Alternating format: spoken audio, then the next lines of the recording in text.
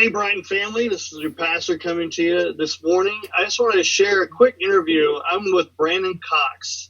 He's the director of the Oasis Refuge. And some of you guys are familiar with Brandon. I know some of our task force ladies have met Brandon and have had Brandon out. And I know that even our own Steve and Rona are volunteering with Brandon right now. And so I thought it'd be cool to give you guys a chance to meet Brandon, hear his heart, hear what he's doing, and I'm excited about his ministry. And I want to, Brandon, just tell us a little bit, what is the Oasis Refuge? Yeah, well, thank you very much for just giving me this opportunity. I know we're in just kind of a strange time right now where, we may not have church for maybe even a few months, possibly. So we're all trying to figure out different ways of staying connected and reaching people. So it's really cool that you got a pastor that's wanting to try to figure out different ways for you guys to stay in touch and keeping updates from your community, from the church. So just first of all, just thank you for the opportunity. Yeah, absolutely. Yeah.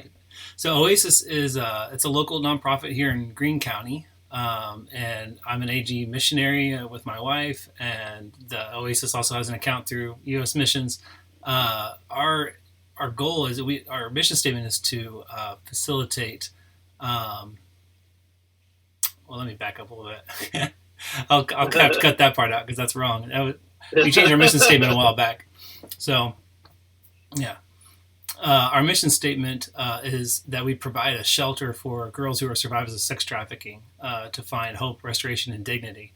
And so we do that by, first of all, we have a building. We have a house. It's a 6-bed, 6-bath house that we got just on the outside of town with 3 acres, so they can have a good amount of space inside and outside.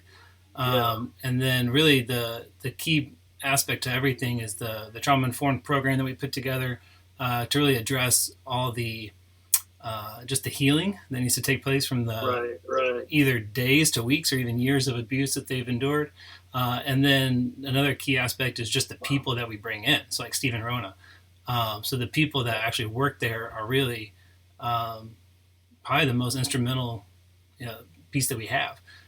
We are a faith-based program, and so it's important for us to bring in the right people who are going to align with our faith, and then also be of great character as well to really just put that type of life on display for these girls. Absolutely. Well, that's exciting. Now, how long have you guys had the house? Not very long, right? Or has that been functioning? Yeah, we bought it just a little about 2 years ago, and so we've been required quite a bit of renovation. Anytime you just buy a normal residential house, and then you want to change it into a business or a shelter, which is kind of residential and business, then that just just requires quite a bit of work and different codes that you have to meet. And we are a licensed residential treatment agency through Children's Division because our girls are from the ages of like 12 to 17 years old. So, there's zoning people we have to, abide by, and help the health department and the state fire marshal and Children's Division. So, and the Assemblies of God. So, there's a lot of different people with a lot of different rules that, that tell you what to do.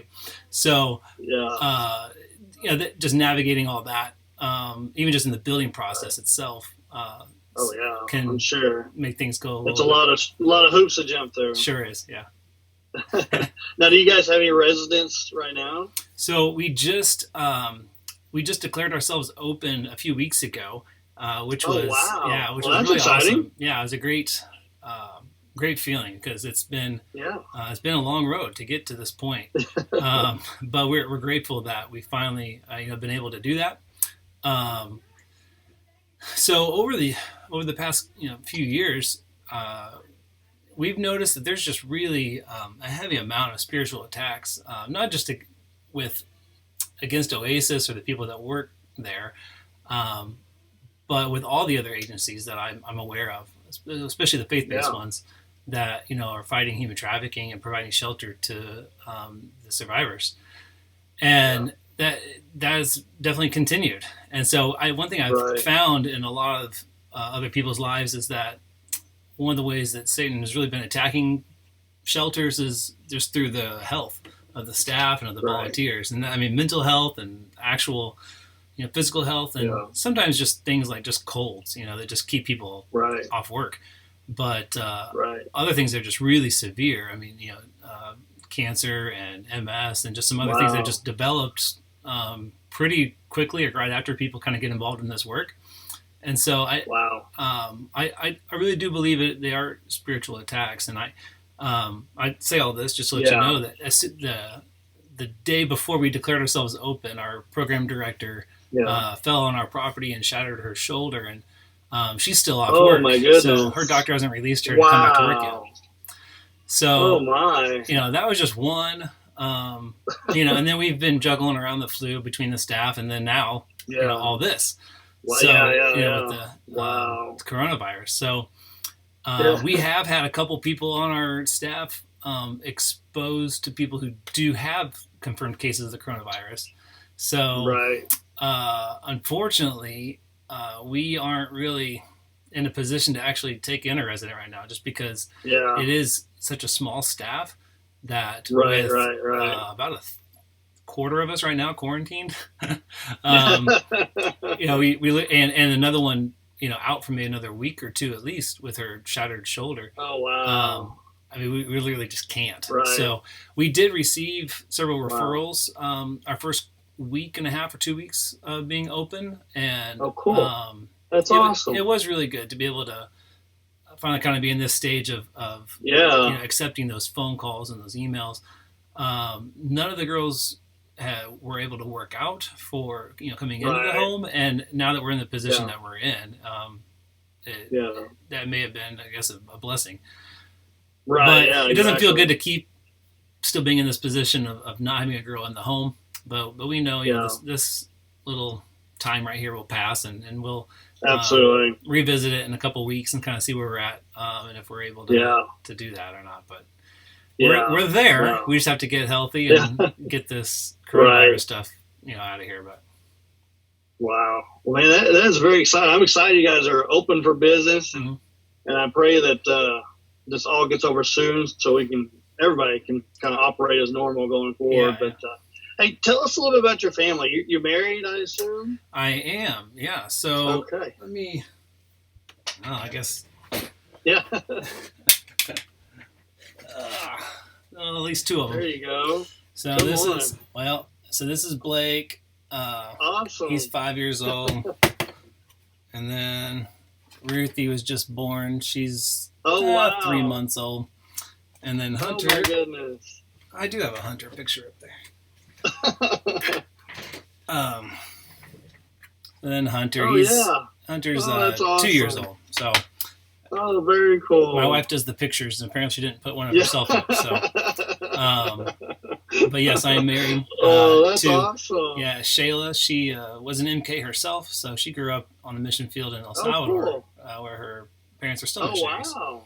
So, really? Okay. Missions is definitely not a new thing to her, and been something that I've been looking forward to, and knew I wanted to be a missionary all the way back to about 7th grade. So it's something that we've kind of both dedicated ourselves to, for sure.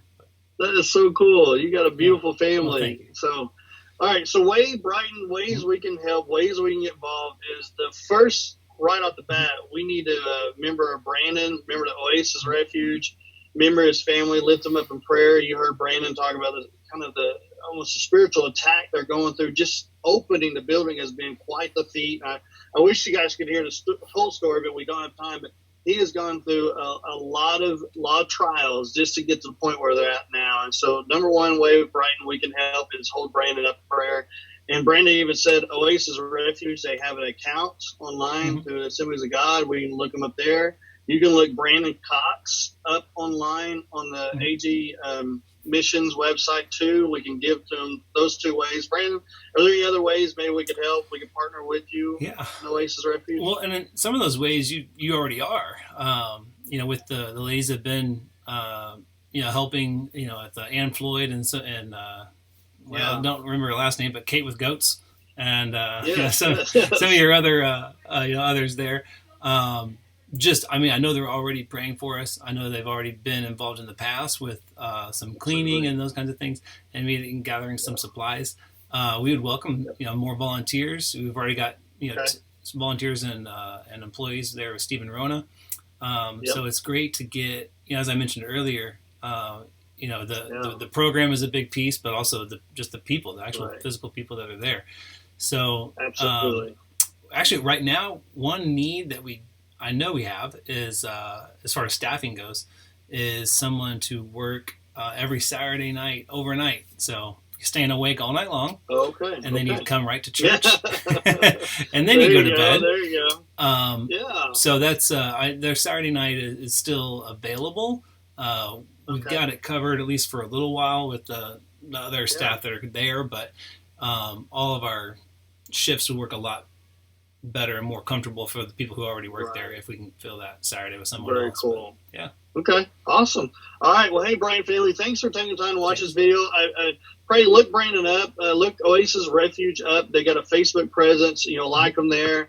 Find them on the AG website to find out more information about them. But Brandon, thank you for your time, and we appreciate your service as a missionary and appreciate what you're doing for the Oasis Refuge. So thank you again, Brian, for watching and tuning in.